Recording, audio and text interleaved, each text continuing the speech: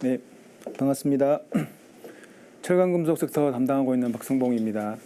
일단 올해 하반기 전망 그 내용 말씀드리기 앞서서 저희 섹터 상반기 수익률이 그렇게 타 섹터 대비 엄청 뛰어나지는 않았지만 그래도 개별 종목별로 좀 수익률이 좋았던 종목들도 좀 있었습니다. 그래서 관련해서 하반기도 좀 관심 있게 좀 봐주시면 좋을 것 같고요. 일단 본문 내용 들어가서 말씀을 드리면 화면상에 보시는 여기 중국 철강 가격 흐름을 보시면 작년 하반기 때 좀 반등을 했었죠. 작년 하반기 때 반등을 했었다가 올해 연초에도 좀 높은 수준이 유지가 됐었습니다. 그러다가 이제 한 3월 달 접어들면서 가격이 좀 조정을 좀 받았고요. 저희가 올해 하반기 때는 그래도 가격이 다시 좀 반등을 할 걸로 좀 기대를 하고 있고요. 국내 철강 금속 업체들 합산 영업이익 같은 경우도 작년보다 크게 늘어나지는 못하겠지만 그 작년 수준 정도는 좀 나올 가능성이 높다. 다만 상반기 실적은 상대적으로 작년 상반기보다는 많이 안 좋습니다. 근데 연간으로 영업이익이 그만큼 작년 정도를 기록할 걸로 예상을 한다라는 거는 하반기도 그만큼 회복 가능성을 높게 보고 있다라고 좀 이해를 해주시면 좋을 것 같습니다. 저희가 탑픽으로는 고려아연을 탑픽으로 말씀을 드리고요. 그리고 세컨드 픽으로는 현대제철 추천을 드리고 있습니다. 그 차트 왼쪽에 있는 중국 철강 가격 흐름을 다시 보시면 3월 달부터 가격이 좀 하락을 했지만 그래도 5월 달 접어들면서 미약하지만 그래도 반등을 조금 했고요. 일단 올해 상반기 패턴은 작년 상반기랑 거의 유사합니다. 작년 상반기 때도 연초부터 2월까지는 그 3월 달에 예정되어 있던 그 중국 전인대 추가 부양치액에 대한 기대감으로 철강 원재료든 아니면 철강 제품 가격이든 가격이 좀 높은 수준이 유지가 되다가 막상 3월 달 이후부터는 특별한 부양책이 부재했고 그리고 철강 수요도 기대에 못 미치면서 가격이 조정을 받았었는데 올해도 동일한 패턴이 반복이 됐습니다. 2분기 때 실질적으로 중국 철강 수요 자체가 회복을 하는데 좀 실패를 했고요. 그러면서 이제 가격이 3월 달부터 다시 하락세로 전환이 됐는데 다만 그나마 다행인 점은 여기 우측 차트에서 보시다시피 올해 상반기에는 제품 가격이 조정을 받긴 했지만 철강 원재료, 그러니까 철강석을 포함한 원재료 가격 하락폭이 더 컸기 때문에 소위 말하는 올마진은 작년 연말보다는 좀 확대가 됐습니다. 그렇다는 얘기는 작년 연말보다는 철강사들의 수익성이 다소나마 개선이 됐다라고 말씀을 드릴 수가 있겠고요. 그리고 그 왼쪽에 있는 차트를 보시면 중국 철강 회사들이 보유하고 있는 재고 레벨을 보여주고 있습니다. 올해 2월 달하고 3월까지 재고가 단기간에 좀 큰 폭으로 증가를 했었죠. 그러니까 이때는 중국이 춘절 연휴 기간 동안에는 당연한 얘기지만 그 매매가 되게 많이 감소를 하는데 그에 반해서 공급은 또 그만큼 축소가 되지를 못했기 때문에 그 부분들이 다 재고로 쌓였던 부분이고요. 근데 이거는 일시적인 현상이라고 보시면 될 것 같은데 춘절 지나고 나서 지금 이제 4월 달, 5월 달 접어들면서 다시 재고가 또 큰 폭으로 감소를 하고 있습니다. 정상적인 수준으로 조금 회복이 되고 있다라고 보시면 될 것 같고 지금 벌써 이제 5월 중순에 접어들고 있는데 원래는 중국이 이맘때쯤이면은 철강 계절적으로는 성수기입니다. 성수기임에도 불구하고 아직까지 가동률이 낮게 유지가 되고 있습니다. 그래서 전반적으로 중국이 부동산을 중심으로 해서 철강 수요가 되게 부진합니다. 부진한 건 사실이지만 또 거기에 맞춰서 또 그만큼 공급이 축소가 되고 있는 상태이기 때문에 수급상은 최소한 작년 겨울철 올해 연초보다는 조금 개선이 되고 있다라고 보시면 될 것 같고 그 부분이 이제 증명이 되는 게 오른쪽 차트에서 보시다시피 그 건화물선 운임 지수, 그러니까 BDI라고 하죠. 그러니까 BDI 지수가 지금 한 2,000포인트를 상회를 하고 있습니다. 그만큼 이제 중국 철강 수급 회복에 대한 기대감이 좀 충분히 있다라고 좀 말씀을 드리겠습니다. 그리고 말씀드렸지만 중국 철강 생산량인데요. 왼쪽 차트를 보시면 올해 1분기 중국 철강 생산량이 진짜 오래간만에 전년 동기 대비 감소세를 기록을 했습니다. 한 마이너스 2% 정도를 기록을 했고요.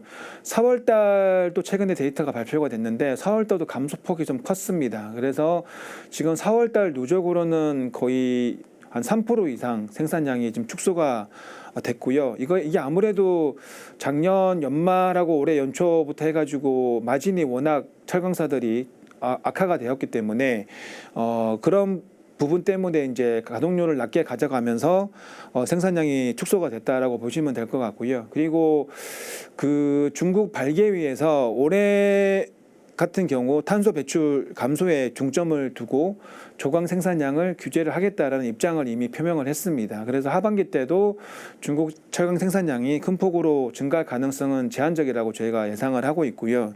그리고 그 중국 철강 수출이 그 올해 상반기까지는 높은 수준을 유지를 했습니다. 근데 이제 최근에 중국 정부가 어쨌든 그 저가 불법 철강 수출을 근절을 하겠다라고 발표를 했기 때문에 하반기로 갈수록 철강 수출도 좀 감소세로 전환할 가능성이 높다라고 저희는 판단하고 있습니다. 그리고 왼쪽에 철강 원재료 관련된 차트를 보시면요. 철강석 가격이 올해 연초만 하더라도 뭐 톤당 140불 중반 정도까지 상승을 했다가 마찬가지로 3월 달부터 가격이 좀 큰 폭으로 조정을 받았습니다. 그래서 한때는 100불 초반까지 떨어졌는데 최근엔 좀 반등을 해서 거의 한 110불 중반, 뭐 120불 언더 이 정도가 유지가 되고 있습니다. 올해 연초 140불 이상 가격이 좀 오버슈팅 느낌이 있었고요. 지금 중국이 작년 하반기 때 철강석 수입을 상당히 많이 확대를 했었습니다. 그 결과로 인해서 오른쪽 차트에서 보시다시피 중국 항만의 철강석 재고는 작년 연간 고점을 상회를 하고 있습니다. 그래서 일단 재고가 많이 쌓여 있는 상태고, 그리고 아까 말씀드렸지만 중국이 그 철강 생산량을 줄이고 있는 상황입니다. 하반기 때도 계속 감소세는 지속이 될 거라고 저희가 판단을 하고 있고, 그에 반해서 전 세계적으로 뭐 브라질이라든지 호주라든지 이런 메이저 철강석 생산 지역의 올해 공급 목표 가치는 작년하고 비슷한 수준을 예상을 하고 있기 때문에 원재료 가격이 다시 또 급격하게 올라갈 가능성은 제한적이다. 현재 수준에서 저희는 유지가 될 거다라고 판단을 하고 있습니다. 그리고 최근에 이제 중국 정부가 부동산 관련해서 물론 작년 하반기부터 여러 가지 규제 완화 정책들을 발표를 했었는데요. 일단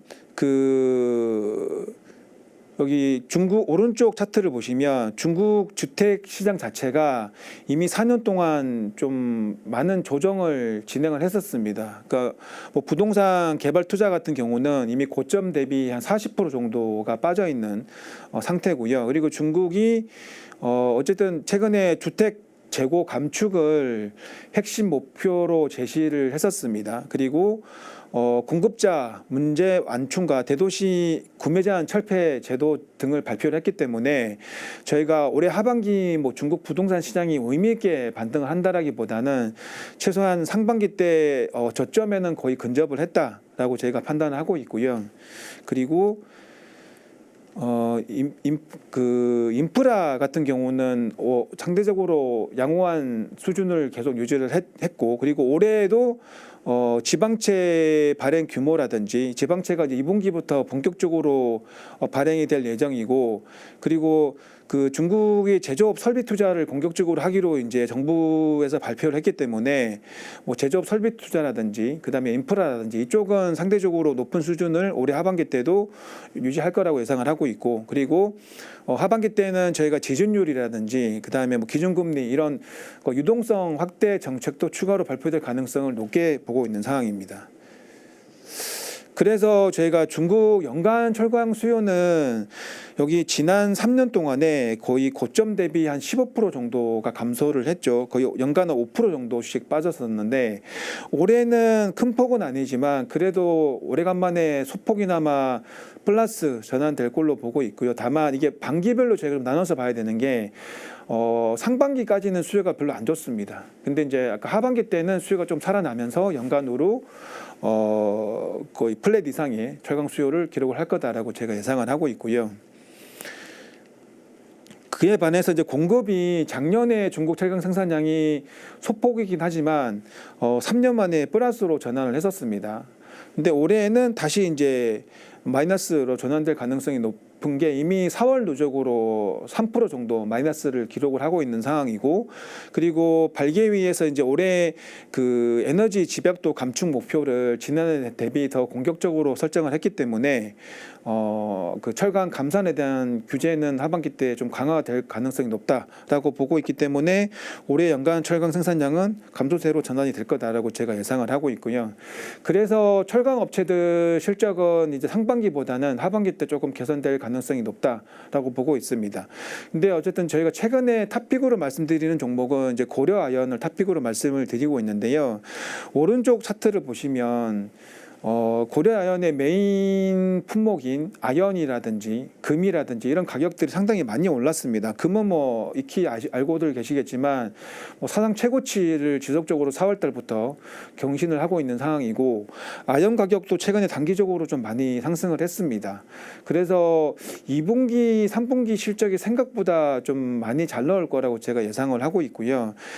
아연 가격은 물론 최근에 좀 꽤 오르긴 했지만 저희는 여기서 더 추가로 올라갈 가능성을 높게 보고 있는 이유가 여기 왼쪽 차트에서 보시다시피 그 재련소들의 수익성 지표인 그 TC, 그러니까 재련 수수료, 그러니까 스팟 재련 수수료가 최근에 많이 빠졌습니다. 톤당 뭐 50불 정도까지 빠졌기 때문에 중국에 있는 재련소들이 가동률을 축소할 가능성이 높고, 그리고 국내 넘버 2 재련소인 영풍의 석포 재련소 같은 경우도 여러 가지 이슈들 때문에 생산량이 감소할 가능성이 저희는 높다라고 보고 있기 때문에 아연을 지금보다 더 올라갈 가능성이 높다라고 판단하고 있습니다. 그래서 여기 보시면 올해 연간 영업이익이 작년 대비 거의 저희가 한 30% 정도 늘어나는 걸로 추정을 했는데요. 지금 분위기라면 저희 추정치보다 훨씬 더 올해 연간 영업이익은 잘 나올 가능성이 높다라고 보고 있기 때문에 고려아연을 탑픽으로 말씀을 드리고, 세컨드 픽은 저희가 현대제철을 말씀을 드리는데,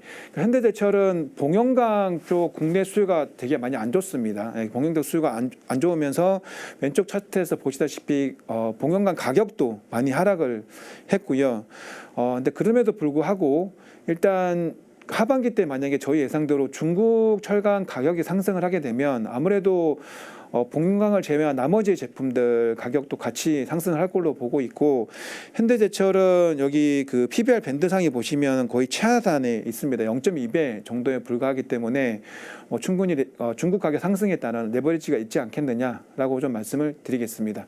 네, 이 정도로 저희가 오늘 준비된 내용 발표는 마무리를 하도록 하겠습니다. 네, 경청해 주셔서 감사합니다.